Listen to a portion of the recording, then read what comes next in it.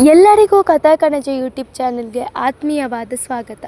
ಇವತ್ತು ನಾನು ಸರ್ವಮಂಗಳ ಮಾಂಗಲ್ಯ ಕಥೆಯ 60ನೇ ಎಪಿಸೋಡ್ನ ಜೊತೆ ನಿಮ್ಮ ಮುಂದೆ ಬಂದಿದ್ದೇನೆ.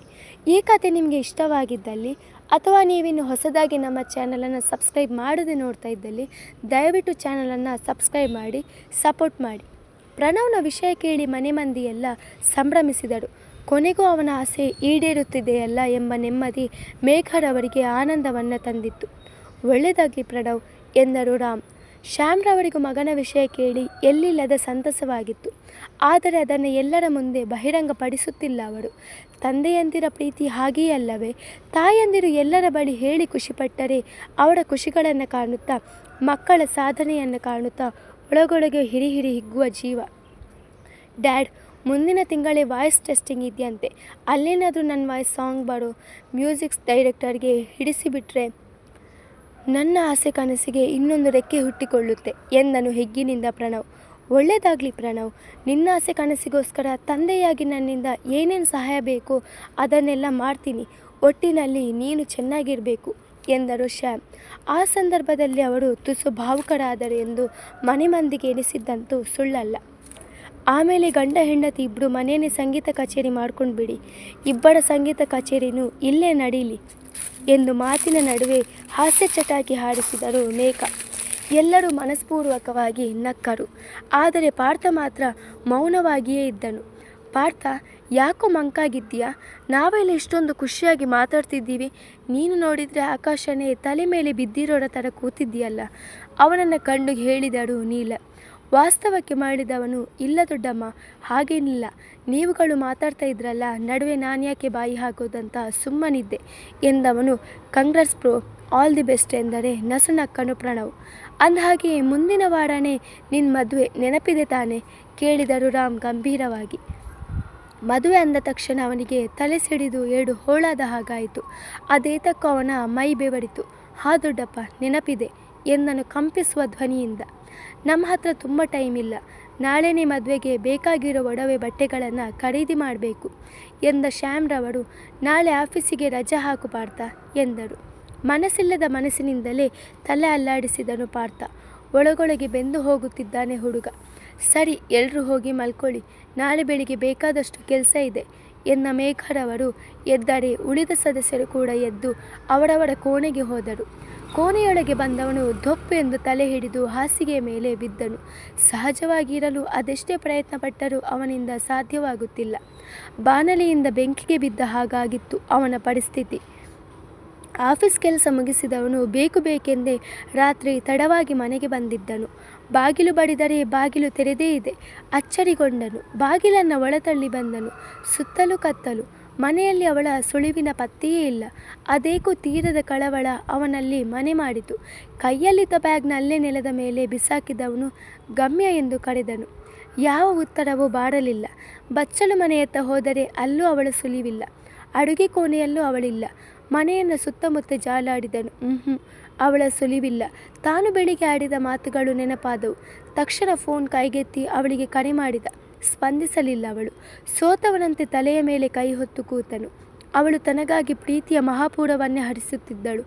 ಆದರೆ ತಾನು ತನ್ನನ್ನೇ ಪ್ರಶ್ನಿಸಿಕೊಂಡವನಿಗೆ ತನ್ನ ತಪ್ಪಿನ ಅರಿವಾಗಿತ್ತು. ಅವಳನ್ನು ಕಾಣಲು ಮನಸ್ಸು ಹಾತೊರೆಯುತ್ತಿತ್ತು. ಅವಳ ಮಾತುಗಳನ್ನು ಕೇಳಲು ಕಿವಿಗಳು ಹವಹವನಿಸುತ್ತಿದ್ದವು. ಆದರೆ ಅದಾವುದಕ್ಕೂ ಈಗ ಅವಳು ಅಲ್ಲಿಲ್ಲ. ಅಳು ಒತ್ತರಿಸಿ ಬಂದಿತ್ತವನಿಗೆ. ಇಷ್ಟು ದಿವಸ ಒಂಟಿಯಂತೆ ಜೀವನ ನಡೆಸುತ್ತಿದ್ದವನ ಪಾಲಿಗೆ ಜಂಟಿಯಾಗಿ ಬಂದಿದ್ದಳು. ಅದೆಷ್ಟೇ ಒತ್ತಡದಲ್ಲಿದ್ದರೂ ಅವಳ ತಲೆಬುಡ ಇಲ್ಲದ ಮಾತುಗಳು, ಅವಳು ಆಗಾಗ ತನ್ನನ್ನು ಕಾಡಿಸಲು ಹಾಡುತ್ತಿದ್ದ ಹಾಡುಗಳು ಎಲ್ಲವೂ ಸ್ಮೃತಿಯಲ್ಲಿ ಮರುಕಳಿಸಿದವು. ಗಮ್ಯ ಕೂಗಿ ಕರೆದನು. ಆದರೆ ಕೇಳಿಸಿಕೊಳ್ಳಲಿಲ್ಲ ಅವಳು. ಯಾಕೆ ಹೀಗೆ ಮಾಡಿದೆ? ಕೇಳ್ದೆ ಮನೆ ಬಿಟ್ಟು ನನ್ನನ್ನು ಒಬ್ಬಂಟಿ ಮಾಡಿ ಯಾಕೆ ಹೋದೆ ಎಂದು ತಲೆ ಹಿಡಿದು ಪುಟ್ಟ ಮಕ್ಕಳಂತೆ ರೋಧಿಸಿದನು ತನವು. ತುಸು ಹೊತ್ತಿನ ತನಕ ಹಾಗೆಯೇ ನಿಶ್ಚಲವಾಗಿ ಕೂತನು. ತಕ್ಷಣ ಮನೆಯ ತುಂಬೆಲ್ಲ ಬೆಳಕು ಪಸರಿಸಿಕೊಂಡವು. ತಲೆ ಎತ್ತಿ ನೋಡಿದರೆ ಮನೆಯೇ ಸ್ವರ್ಗದಂತೆ ಮಾರ್ಪಾಡಾಗಿತ್ತು. ಮನೆಯ ತುಂಬೆಲ್ಲ ಹೃದಯದ ಆಕೃತಿಯ ಬಲೂನ್ಗಳು ಅಲಂಕಾರಗೊಂಡಿದ್ದವು. ಬೆಡಗು ಕಣ್ಣಿನಿಂದ ಅದೆಲ್ಲವನ್ನು ನೋಡುತ್ತಾ ನಿಂತು ಬಿಟ್ಟನು. ಎಲ್ಲವೂ ಗೋಜಲು. ಅಷ್ಟರಲ್ಲಿ ಕಡು ನೀಲಿ ಬಣ್ಣದ ಫ್ಯಾನ್ಸಿ ಸೀರೆಯಿಟ್ಟು ತಯಾರಾಗಿ ಅವನ ಕಣ್ಣ ಮುಂದೆ ಪ್ರತ್ಯಕ್ಷವಾಗಿದ್ದಳು ಗಮ್ಯ. ಅವಳ ಕೈಯಲ್ಲಿ ಕೆಂಪು ಬಣ್ಣದ ಹೃದಯದ ಆಕೃತಿಯ ಬಲೂನ್ ಬಂದಿತ್ತು. ಅವಳನ್ನು ಕಾಣುತ್ತಲೇ ಅವನಿಗೂ ಸಮಾಧಾನವಾಗಿತ್ತು. ನಸುನಗುತ್ತಾ ಅವನ ಮುಂದೆ ಬಂದವಳು ಮಂಡಿಯೂರಿ ಅವನ ಮುಂದೆ ಆ ಬಲೂನ್ನ ಹಿಡಿದರೆ ಅದರ ಸಂತೋಷದಿಂದಲೇ ಕೈಗೆತ್ತಿಕೊಂಡವನು, ಇಷ್ಟು ಹೊತ್ತು ಎಲ್ಲಿಗೆ ಹೋಗಿದ್ದೆ? ನನ್ನನ್ನು ಆಟ ಆಡಿಸ್ಬೇಕು ಅಂತಲೇ ಹೀಗೆ ಮಾಡಿದೆ ಅನಿಸುತ್ತೆ ಅಲ್ವಾ? ಕೇಳಿದನು ಅಸಹನೆಯಿಂದ. ಕೂಲ್ ಕೂಲ್ ಎಂದವಳು. ಡೆಕೋರೇಷನ್ ಹೇಗಾಗಿದೆ? ಕೇಳಿದಳು ನಗುತ್ತಾ. ಆದರೆ ಅವಳ ಮಾತಿನತ್ತ ಅವನಿಗೆ ಲಕ್ಷ್ಯವಿಲ್ಲ. ನನ್ನ ಪ್ರಶ್ನೆಗೆ ಮೊದಲು ಉತ್ತರ ಕೊಡು. ಯಾಕೆ ಹೀಗೆ ಮಾಡಿದೆ? ಕೇಳಿದನು ಗಂಭೀರವಾಗಿ. ಅವನ ಕಣ್ಣಲ್ಲಿ ಕಣ್ಣಿಟ್ಟವಳು, ನಿನಗೆ ನನ್ನ ಮೇಲೆ ಪ್ರೀತಿ ಇದೆಯೋ ಇಲ್ವೋ ಅಂತ ಟೆಸ್ಟ್ ಮಾಡೋದಕ್ಕೋಸ್ಕರ ಹೀಗೆ ಮಾಡಿದೆ. ಕೊನೆಗೂ ನಾನು ಅಂದ್ಕೊಂಡಿದ್ದೆ ನಿಜ ಆಯಿತು. ನೀನು ನನ್ನನ್ನು ಪ್ರೀತಿಸ್ತಾ ಇದೆಯಾ? ನಿನ್ನ ಮನಸ್ಸಲ್ಲೂ ನನ್ನ ಮೇಲೆ ಪ್ರೀತಿ ಇದೆ. ಆದರೆ ಇಷ್ಟು ದಿನ ಅದನ್ನು ಮುಚ್ಚಿಟ್ಟು ನನ್ನನ್ನು ಸತಾಯಿಸಿದಲ್ವಾ? ಪ್ರೀತಿಗೋಸ್ಕರ ಕಾಯೋದು ಎಷ್ಟು ಕಷ್ಟದ ಕೆಲಸ ಅಂತ ನಿನಗೆ ಗೊತ್ತೇನೋ ಇಡಿಯಟ್. ಐ ಹೇಟ್ ಯು ಎಂದವಳು ಖುಷಿಯಿಂದ ಅಳುತ್ತಲೇ ಅವನ ಎದೆಗೆ ಏಟು ಕೊಟ್ಟರೆ ಅವಳನ್ನು ತನ್ನೆದೆಗೆ ಭದ್ರವಾಗಿ ಅಪ್ಪಿಕೊಂಡವನು, ಐ ಲವ್ ಯು ಕಣೆ ಶೂರ್ಪನಖಿ ಎಂದನು. ಅವನ ಮಾತು ಕೇಳಿ ಅವಳಿಗಾದ ಸಂತೋಷ ಅಷ್ಟಿಷ್ಟಲ್ಲ. ಅವನ ಎದೆಯೊಳಗೆ ಇನ್ನಷ್ಟು ಅವಿತುಕೊಂಡಳು. ನನ್ನ ಪ್ರೀತಿ ಮೇಲೇ ಡೌಟ್ ಅಲ್ವಾ ನಿಂಗೆ? ಲವ್ ಟೆಸ್ಟ್ ಮಾಡೋಕ್ಕೆ ಬೇರೆ ಯಾವ ಐಡಿಯಾನೂ ಸಿಗಲಿಲ್ವ ನಿಂಗೆ? ಕೇಳಿದನು ಅವಳನ್ನು ಅಪ್ಪಿಕೊಂಡೆ. ಇಲ್ಲ, ಬೇರೆ ಯಾವ ಐಡಿಯಾದಿಂದನೂ ನಿನ್ನ ಬಾಯಿನ ಬಿಡಿಸೋಕ್ಕೆ ಆಗ್ತಿರಲಿಲ್ಲ. ಅದಕ್ಕೆ ಈ ಟ್ರಿಕ್ಸ್ನ ಯೂಸ್ ಮಾಡಿದೆ ಎಂದಳು ನಸುನಕ್ಕು. ಅವಳ ಹಣೆಗೊಂದು ಬೆಚ್ಚಗಿನ ಮುತ್ತಿಟ್ಟನು ತನವು. ಅವಳ ಪಾಲಿನ ಮೊದಲ ಮುತ್ತದು. ತುಸು ಹೊತ್ತಿನ ಆಲಿಂಗನದ ನಂತರ ತಾನೇ ಮಾತಿಗೆ ಇಳಿದಳು ಹುಡುಗಿ. ನೀನು ಹೋಗಿ ಫ್ರೆಶ್ ಅಪ್ ಆಗಿ ಬಾ. ಸ್ಪೆಷಲಾಗಿ ನಾನೇ ಅಡುಗೆ ರೆಡಿ ಮಾಡಿದ್ದೀನಿ, ಆಮೇಲೆ ಊಟ ಮಾಡೋಣ ಎಂದು ಅವನಿಂದ ದೂರ ಆಗಲು ನೋಡಿದರೆ ಅವಳ ಸೀರೆಯ ಸೆರಗನ್ನು ಎಳೆದು ತನ್ನತ್ತ ತಿರುಗಿಸಿಕೊಂಡವನು, ಮುಂದೆ ಇಷ್ಟೊಂದು ಸ್ಪೆಷಲ್ ಆಗಿರೋ ಊಟ ಇರಬೇಕಾದ್ರೆ ಆ ಊಟ ಯಾಕೆ ಚಿನ್ನ? ಕೇಳಿದನು ಕಣ್ಣು ಹೊಡೆದು. ಅವನ ಬಾಯಿಂದ ಇಂತಹ ಮಾತುಗಳನ್ನು ಕೇಳಿ ಅಚ್ಚರಿಗೊಂಡಳು ಹುಡುಗಿ. ಬೆಡಗುಗಣ್ಣಿನಿಂದ ಅವನೆಂದೇ ನೋಡಿದರೆ ಅವಳ ತುಟಿಯ ಮೇಲೆ ಬೇಳಾಡಿಸಿದವನು, ನೀನು ನೋಡಿದರೆ ಇಷ್ಟೊಂದು ಚೆನ್ನಾಗಿ ರೆಡಿಯಾಗಿದ್ದೀಯಾ? ನಿನ್ನನ್ನು ಈ ಸೀರೆಯಲ್ಲಿ ನೋಡ್ತಾ ಇದ್ದರೆ ಏನೇನು ಅನಿಸುತ್ತೆ ಕಣೆ. ನಿನ್ನ ತಮ್ಮಂದಿರು ಹೋಗ್ತಾ ಇರೋ ಸ್ಪೀಡ್ ನೋಡಿದರೆ ಈ ವರ್ಷ ತೊಟ್ಟಿಲು ತೂಗಲ್ಲ ಅನಿಸುತ್ತೆ ಎಂದನು ನಗುತ್ತಾ. ಅವನ ಮಾತು ಕೇಳಿ ಅವಳಿಗೆ ನಾಚಿಕೆಯ ಜೊತೆಗೆ ಮುಜುಗರವಾಗಿತ್ತು. ಛೀ, ತುಂಬ ಪೋಲಿ ಆಗಿದ್ದೀಯ ತನವು ನೀನು ಎಂದವಳು ಗದರಿದರೆ, ಪೋಲಿ ಆಗದೆ ಪೋಲಿಯೋ ಡ್ರಾಪ್ಸ್ ಹಾಕಿಸೋದಕ್ಕೆ ಆಗಲೇ ಕಣೆ ಹೆಂಡ್ತಿ ಎಂದನು. ಅವನ ಮಾತು ಕೇಳಿ ಅವಳ ಕೆನ್ನೆಗಳು ರಂಗೇರಿದವು. ನಾಚಿಕೊಂಡಾಗ ಇನ್ನಷ್ಟು ಮುದ್ದಾಗಿ ಕಾಣುತ್ತಾಳೆ ಹುಡುಗಿ. ತಕ್ಷಣ ಅವಳನ್ನು ತನ್ನ ತೋಳಲ್ಲಿ ಎತ್ತಿಕೊಂಡನು. ತನವ್, ಏನು ಮಾಡ್ತಾ ಇದ್ದೀಯಾ? ಬಿಡು ಎಂದು ಅವಳು ಬಡಬಡಾಯಿಸಿದಳು. ಅವಳನ್ನು ಬಿಡಲಿಲ್ಲ ಹುಡುಗ. ಹಾಸಿಗೆಯ ಮೇಲೆ ಹೂವಿನಂತೆ ಮಲಗಿಸಿದವನು, ಇಷ್ಟು ದಿನ ಹೇಗೋ ಕಂಟ್ರೋಲ್ ಮಾಡಿಕೊಂಡಿದ್ದೆ ಕಣೆ, ಆದರೆ ಇನ್ನೂ ನನ್ನಿಂದ ಆಗಲ್ಲ. ಇಷ್ಟು ಮುದ್ದಾಗಿರೋ ಹೆಂಡ್ತಿನ ಪಕ್ಕದಲ್ಲಿ ಇಟ್ಕೊಂಡು ಸುಮ್ಮನೆ ಕೊಡೋಕೆ ನಾನೇನು ಸನ್ಯಾಸಿನ? ವಯಸ್ಸಿನ ಹುಡುಗನಮ್ಮ ನಾನು. ಅವನೆಂದರೆ ನಾಚಿ ನೀರಾದಳು ಗಮ್ಯ. ಅವಳತ್ತ ಬಾಗಿದವನು ಅವಳ ಕೊಡಲ ಒಡಪಿನಲ್ಲಿ ಮುಖ ಹುದುಕಿಸಿದನು. ನಲ್ಲನ ಸ್ಪರ್ಶದಿಂದ ನವಿರಾಗಿ ಕಂಪಿಸಿದಳು ಗಮ್ಯ. ಅವಳ ತುಟಿಯ ಮೇಲೆ ತನ್ನ ಪ್ರೀತಿಯ ಮುದ್ರೆಯನ್ನು ಒತ್ತಿದ್ದವನು ಅವಳನ್ನು ನಾಜೂಕಾಗಿ ಸಂಭಾಲಿಸಿದನು.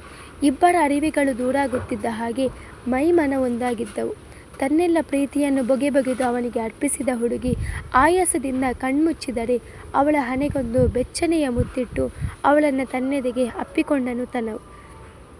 ಮರುದಿವಸ ಎಲ್ಲರೂ ಮದುವೆ ವಸ್ತ್ರ ಆಭರಣ ಖರೀದಿ ಮಾಡಲು ಹೊರಟು ತಯಾರಾಗಿದ್ದರು. ಪಾರ್ಥ ಕೂಡ ಒಲ್ಲದ ಮನಸ್ಸಿನಿಂದಲೇ ತಯಾರಾಗಿದ್ದನು. ನೀಲ ಹಾಗೂ ರಾಮ್ರವರ ಒತ್ತಾಯದ ಮೇರೆಗೆ ತನವ್ ಹಾಗೂ ಗಮ್ಯ ಕೂಡ ಬೆಳಿಗ್ಗೆಯೇ ಹೊರಟು ಬಂದಿದ್ದರು. ಧಾರಿಣಿ, ಭ್ರಮ ನನ್ನ ಜೊತೆ ಬರ್ತಾ ಇಲ್ವಾ? ಕೇಳಿದಳು ಗಮ್ಯ. ಗೊತ್ತಿಲ್ಲ ಅಕ್ಕ ಎಂದು ಅನ್ಯಮನಸ್ಕತೆಯಿಂದ ನುಡಿದವಳಿಗೆ ಇನ್ನೂ ಅವಳ ಮೇಲಿನ ಅನುಮಾನ ಹೋಗಿಲ್ಲ.